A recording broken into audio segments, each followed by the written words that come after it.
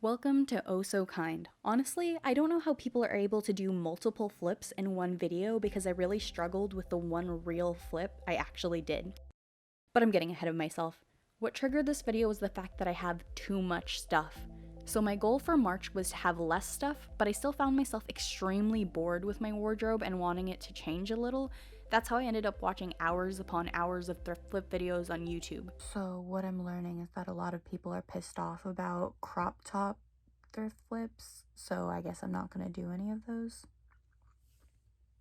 The first alteration I'm doing is sewing the button back on my favorite pants. This is me being proud of myself for not losing the button, but also feeling like a makeup guru for holding up my hand like that.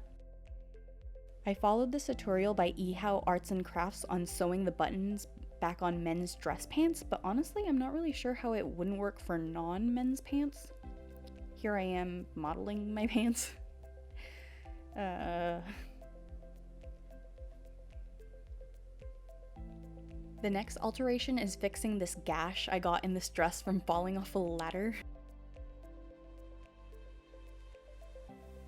I started by thrifting this skirt that looks to be the same exact color and type of fabric as my dress. I measured from the top of the hole to the hem of the skirt and made a mirrored slit on the other side of the skirt. Then I cut out 2 triangles from the donor skirt.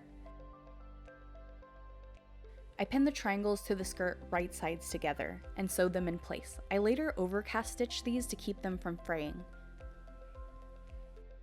Here's how the dress looks like now. Here are some clips my ballet teacher would hate to see because my turnout has gotten non-existent in quarantine, and that's what it looks like stomping around. Now it's time for my disaster flip. I have this blazer that I'm seductively modeling for some reason. I wanted to turn it into a skirt like a billion other thrift flip videos here on YouTube, but I messed up by not taking it completely apart so it wouldn't properly lay flat.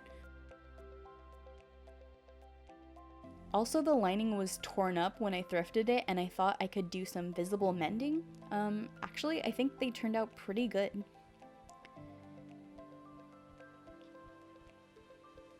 This is the final product.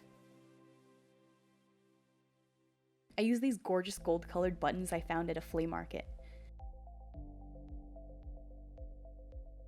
I ended up having to deconstruct the entire skirt because I thought the mildew smell was gonna go away after a couple washes, but it didn't. So I ended up having to go and remove the padding that was on the inside, and it was so moldy that the entire skirt started to disintegrate when I took it apart, and I was only able to save 3 squares of fabric. I decided to start over on this Hot Topic extra small skirt that my mom got me. It's several sizes smaller than I am. The idea was that I was going to add the fabric to the tops of the sleeves and the sides of the shirt in order to make it fit better. The first thing I did was seam rip the sleeves off because I wanted to save as much of the shirt as possible. I used a shirt that fits me the way I like in order to figure out how much extra fabric I needed to add.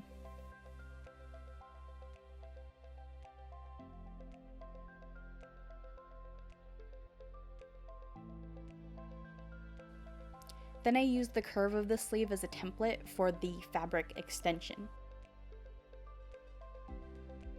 This would have worked a lot better if I ironed it, but honestly, by this point I was completely done with this project. I cut out a mirrored piece of fabric.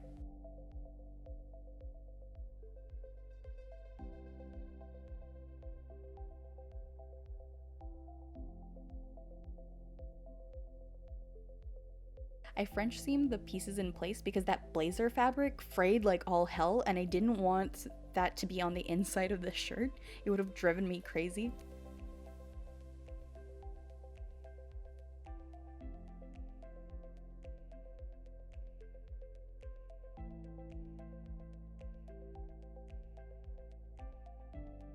I followed that process for the sides of the shirt as well.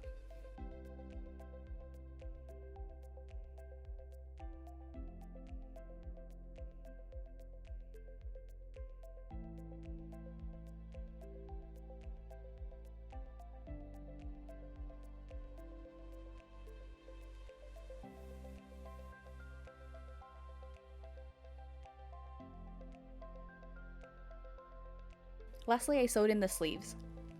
I have them turned right sides out and the shirt inside out.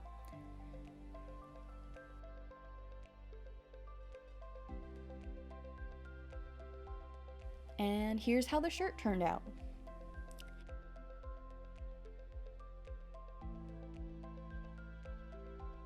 Now, for a moment of silence for that blazer. And here's the last time that blazer was ever worn.